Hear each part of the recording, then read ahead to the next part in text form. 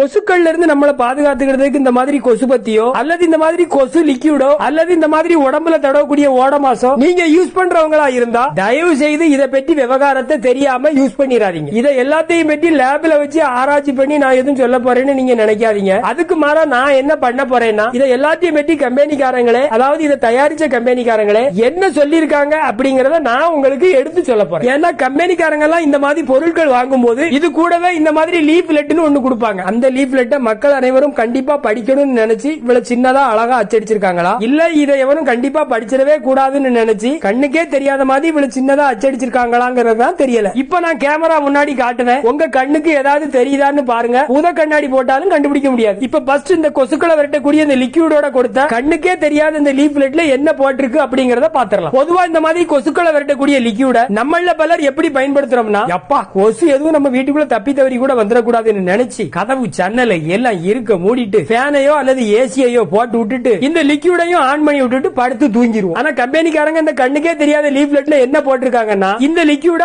அதிகபட்சமா அரை மணி நேரம் தான் கதவு ஜன்னல் எல்லாம் மூடிக்கிட்டு இருக்கக்கூடிய க்ளோஸ்ட் ரூம்ல இதை பயன்படுத்தணும். அதிகபட்சமா அரை மணி நேரத்துக்கு மேல கதவு ஜன்னல் மூடப்பட்ட ரூம்ல இதை பயன்படுத்த கூடாதுன்னு இந்த லீஃப்லெட்ல சொல்லியிருக்காங்க. அதே மாதிரி இந்த லிக்யூட பயன்படுத்தும் போது கண்டிப்பா கதவு ஜன்னல் எல்லாம் திறந்து இருக்கணும் இந்த லீஃப்லெட்ல சொல்லியிருக்காங்க. அதே மாதிரி இந்த லிக்யூட வீட்ல இருக்கக்கூடிய உணவுப் பொருட்கள் கிட்டயோ சிறு குழந்தைகள் கிட்டயோ நீங்க வளர்க்கக்கூடிய நாய்கள் போன்ற செல்ல பிராணிகள் கிட்டயோ இதை கண்டிப்பா வைக்கவே கூடாதுன்னு இந்த லீஃப்லெட்ல சொல்லியிருக்கு. அதே மாதிரி இதை யூஸ் பண்ணும்போது யார் உடம்புக்காவது இது ஒத்துக்கிடலன்னா பதட்டம், விரக்தி, நடுக்கம், அசாதாரண திக வளர்ச்சி, வேகமான சுவாசம், உறுப்புகள் கட்டுப்பாடின்றி செயல்படுதல், குமட்டல், வாந்தி, கிறுகிறுப்பு மற்றும் வயிற்று வலி இந்த மாதிரி அறிகுறிகள் ஏற்படும் நான் சொல்லல. இதை வாங்கும் போது இது கூட தந்த இந்த லீஃப்லெட்ல சொல்லியிருக்காங்க. இன்னுமே கண்ணுக்கே தெரியாத மாதிரி இந்த லீஃப்லெட்ல நிறைய விஷயங்கள் போட்டிருக்காங்க. அதை எல்லாத்தையும் நீங்க கடைக்கு போய் இதை வாங்கும் போது இது கூடவே ஒரு லீஃப்லெட் தருவாங்கல்ல, அதை வாங்கி பூத கண்ணாடி போட்டு படிச்சு பார்த்து தெரிஞ்சுக்கிடுங்க. அடுத்ததா நம்மள மாதிரி நடுத்தர மக்கள் அதிகமா பயன்படுத்தக்கூடிய இந்த கொசுபத்தி சுருளை பற்றி, கொசுபத்தி சுருளோட கொடுக்கப்பட்ட இந்த லீஃப்லெட்ல என்ன போட்டிருக்கு அப்படிங்கறத இப்ப பூத கண்ணாடி போட்டு பார்த்து உங்களுக்கு சொல்லுதான். சிலர்லாம் பாத்தீங்கன்னா நைட்டு தூங்கும் போது கொசுகடி தாங்க முடியாம ஒரு 4-5 கொசுபத்தியை அவங்களை சுத்தி பொருத்தி வச்சுட்டு கொசுபத்திக்கு நடுவே படுத்து தூங்கிடுறாங்க. அவங்க கிட்ட போய் இப்படி சுத்தில நிறைய கொசுபத்தியை பொருத்தி வச்சுக்கிட்டு தூங்க கூடாதுன்னு சொன்னா,